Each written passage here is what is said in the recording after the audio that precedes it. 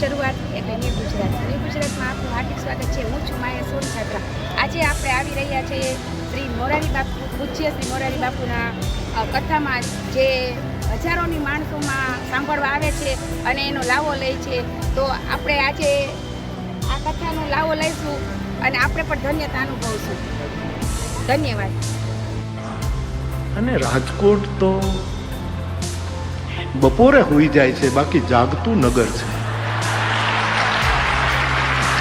એને બપોરે સુવાની ટેવ છે, પણ બાકી તો અને બીજું મોટામાં મોટું આ ભૂમિ ઉપર કથાનું મોટામાં મોટું એક અસર એટલું કે રાજકોટને પૂજ્ય ગુરુદેવ રણછોડદાસજી બાપુએ રામાયણના સંસ્કાર આપ્યા. બહુ જ મોટું કામ રણછોડદાસજી બાપુનો આશીર્વાદ રાજકોટ ઉપર, અનેક સંતોના આશીર્વાદ. જરૂર મારી વ્યાસપીઠ 12 વર્ષ પછી આવી છે. 12 વર્ષ એક યુગ ગણાય. મને મીડિયાવાળા સવારે પૂછતા હતા, મારો ફુલસાદ પરિવાર બધો આવ્યો, એ મને કહેતા હતા કે બાપુ હવે 12 વર્ષ નહીં કરતા, હવે પાછું એ તો જોઉં કે લગ્ન ગ્રહવાર તિથિ પંચાંગ અનુકૂળ હોય. રાજકોટ નગર છે, રાજકોટ તો નામ છે, બાકી તો મૂળમાં તો જ્યારે કથા હોય ત્યારે મને એમ લાગે કે રાજકોટ નથી, રામકોટ છે. આ તો રામકોટ હોય એવું લાગે.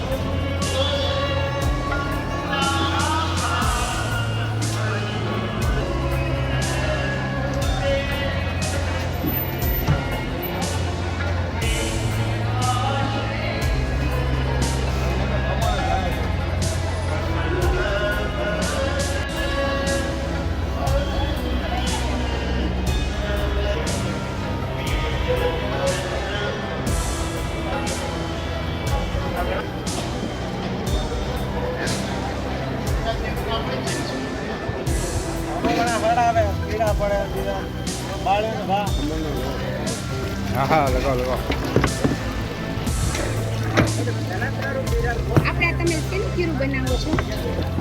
ખમણ નાયલોન ખમણ. અંદાજે કેટલાનું ખાણું બને છે? હા 100 કિલો. 100 કિલો. તો આખા દિવસના કેટલા બનાવો છો? આખા દિવસના 1500 કિલો. 1500 કિલો.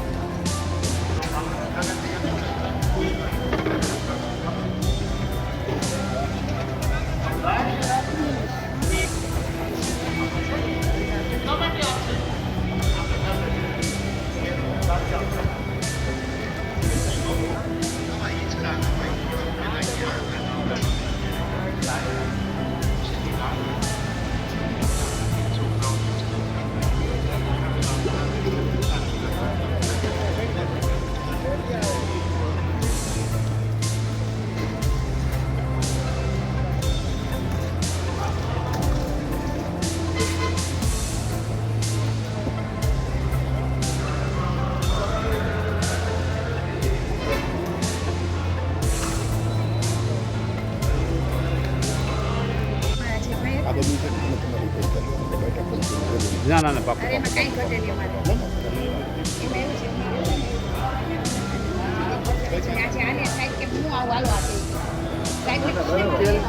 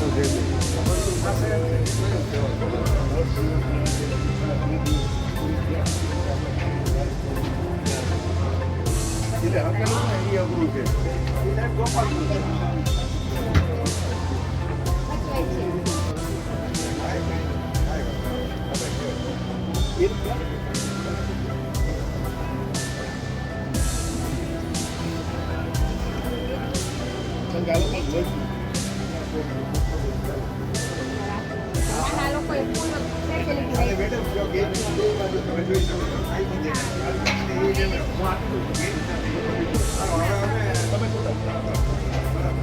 ખાઈ જઈએ બે જણા હોય ને હું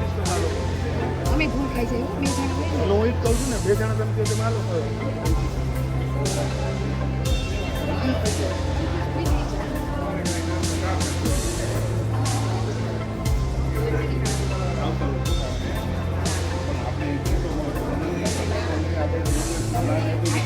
બધી આ એક કાજુ કાજુ બદામ બોક્સ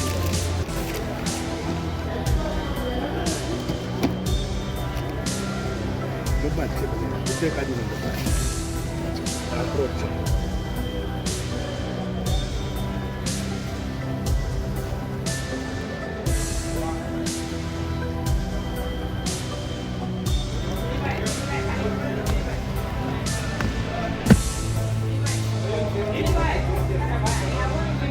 આપણે પછી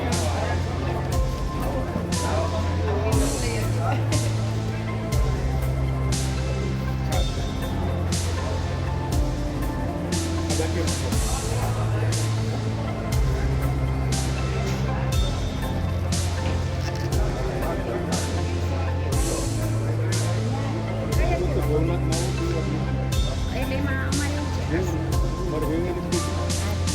કલિયાબેન આજુબાજુ મેન બાજુમાં જ રહું પેલું મકાન જ બીજું મારું કલી કેવડાવાળી અચ્છા જૂનો મકાન સમજાય કાર્યક્રમ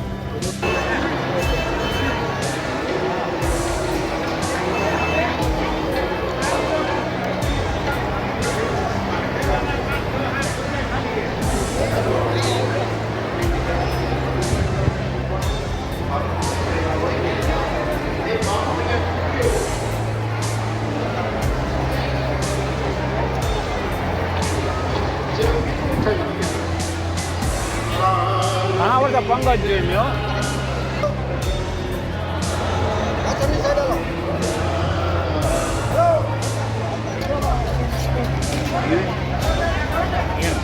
રણીઓ આવે વૃક્ષની નીચે છુકા કોઈ ખાવતથી જાણવું પીવે નહીં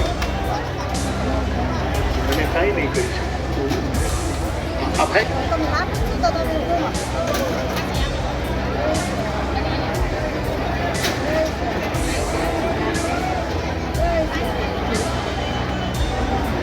લાવો લેવાનું છે ના ના ના ના આ તમે જે સેવા કરો છો ને એ રહેવાનું છે.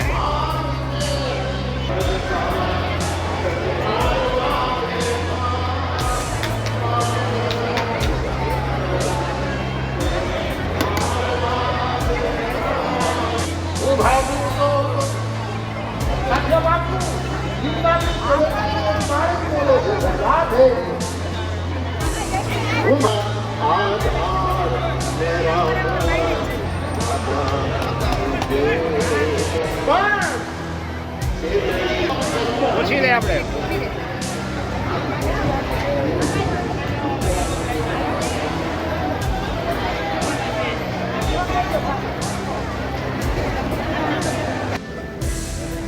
જય શ્રી કૃષ્ણ. જય શ્રી કૃષ્ણ. જય સિયારામ. જય સિયારામ. આપનું નામ શું? કિશોરભાઈ વાડોદર. અને તમે અહીંયા શું સેવા આપો છો? મારી પાસે સેવા છે ને, આ રસોડાની અંદર જે રસોઈ બને તેનું મોનિટરિંગ કરવાનું છે. કેટલા મને રસોઈ કરવી, અમને ત્યાંથી સ્વયંસેવકો એમ કે ભાઈ જે 30,000ની કરી છે એટલે એમ કે 5,000ની પબ્લિક વધી ગઈ છે એટલે મારે અહીંયા સૂચના આપવાની 5,000ની રસોઈ કરીને તો બરાબર દાળ ભાત શાકની અંદાજે રોજ કેટલું માણસ હશે? 40+. અને આવતા 3 દિવસમાં અમે કાલથી ટાર્ગેટ વધારીએ છીએ 50,000 માણસ. છેલ્લા દિવસો છે ને એટલે 50,000ના ટાર્ગેટ થઈને આવવાનું. રસોઈમાં શું શું છે? પહેલા દિવસે સમજો 15,000 હતું, પછી 5-5 વધતી ગયું. અને રસોઈનું મેનુ શું રાખો છો રોજ? રોજે અલગ અલગ સ્વીટ અલગ હોય છે, ફરસાણ અલગ હોય છે. તો આજના મેનાની હું તમને વાત કરું તો આજે છે ને અમૃત પાક છે, રાજસ્થાનની મીઠાઈ છે. પછી લાઈવ ખમણ છે, પછી દાળ ભાત શાકમાં જે ઊંધિયું છે અને લાઈવ ખમણ છે, રોટલી છાશ સંભારો ફૂલ ડીશ છે. અને તમે ક્યાં ક્યાં ટ્રસ્ટમાં જોડાયેલા છો? હું આઈસડી કોરિયા રાસમલો ચેરિટેબલ ટ્રસ્ટ કે જે ભવનાથ અને પરિક્રમા એમાં અમારું 5-5 દિવસ પરિક્રમામાં 5 દિવસ અમારું 3 જગ્યા ક્ષેત્ર હોય છે અને શિવરાત્રિમાં અમારું 1 જગ્યા ક્ષેત્ર હોય છે ભવનાથની અંદર, જ્યાં અમારો ઉતારો છે.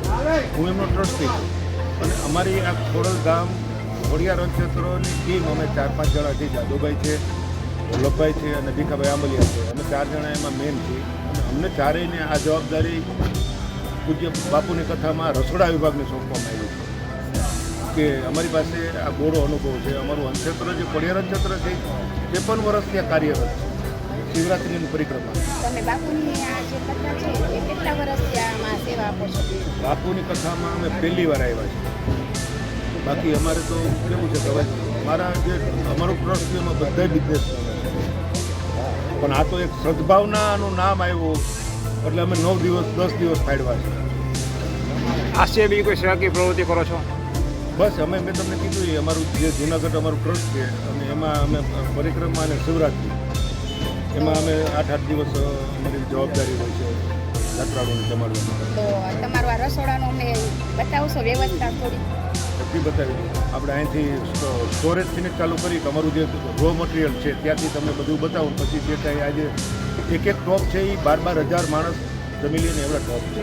અને આ દાળ જે શાક નાખી દાતા છે એ આ તમે જે મટીરિયલ બધું આપે છે રસોઈનું, બધાય અલગ અલગ દાતા છે. કોઈ ઘીના દાતા છે, કોઈ તેલના દાતા છે, કોઈ ચોખાના દાતા છે, કોઈ રોટલીના લોટના દાતા છે. જેટલી વસ્તુ આવી બધી દાતાઓ તરફથી જ આવી છે ને જેટલું જોઈએ એટલું કે ભાઈ 50 ડબ્બા આપ્યા, 100 ડબ્બા આપ્યા ને પછી હું નથી આપવાનું.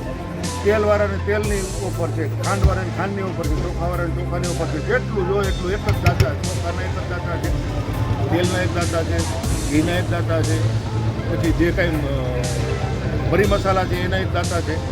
તો આ વૃદ્ધાશ્રમ સદભાવના છે એ તમને કેવું એમ લાગે છે કે આ બહુ સારું કાર્ય કર્યું છે એમ?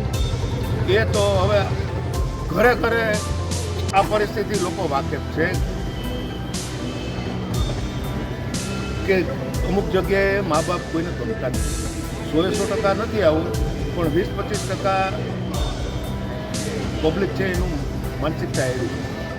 એટલે આ વૃદ્ધાશ્રમ થવું જરૂરી હતું ને જરૂરી નથી આપણે ન કહી શકીએ. આ દુઃખની વાત છે, આ દુઃખની પણ વાત છતાંય જે ગઈઢા માણસો બિચારા હેરાન થાય છે એને આ સદભાવના પરિવાર એને એના પરિવાર તરીકે રાખે છે. અને આ જે નવું બિલ્ડિંગ જે થવાનું છે એ અદ્યતન બિલ્ડિંગ થશે કે એમાં હોસ્પિટલ એની અંદર હશે, લાઇબ્રેરીની અંદર હશે, ગાર્ડન હશે, તો વૃદ્ધને એવું ન થાય કે હું મારું ઘર છોડી અને બીજી જગ્યાએ ગયો. ટૂંકમાં એવું લાગે કે પોતાના પોતાના દીકરાની પોતાનું જ ઘર છે. પોતાનું જ ઘર છે, પોતાના દીકરાની ઘરે છે, એવું આ લોકોએ આયોજન કર્યું છે. Thank you Kishorbhai.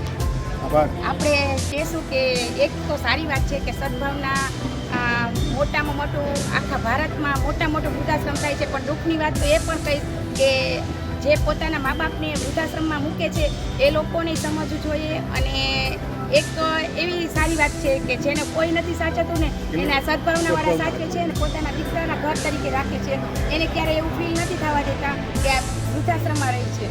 ગાયોને અને બળદોને અને કૂતરાઓને બધાને સાચવે છે. સદભાવના છે એ માનવ મેરામણને તો સાચવે છે, એની હારે મૂંગા પશુઓને પણ એ લોકો સાચવે છે. અને સદભાવનાથી તો લગભગ ઓલ ઇન્ડિયા વાકેફ છે કે એને જે હરિયાળી કરવાની એક મહેમ ઉપાડી છે અને એ કરી રહેશે. અને આપ જોઈ શકો છો, તમે રાજકોટથી ભાવનગર બી જાઓ, આમ કાલાવડ જાઓ, આમ અમદાવાદ જાઓ, દરેક જગ્યાએ સદભાવનાના વૃક્ષો વાવાયેલા છે.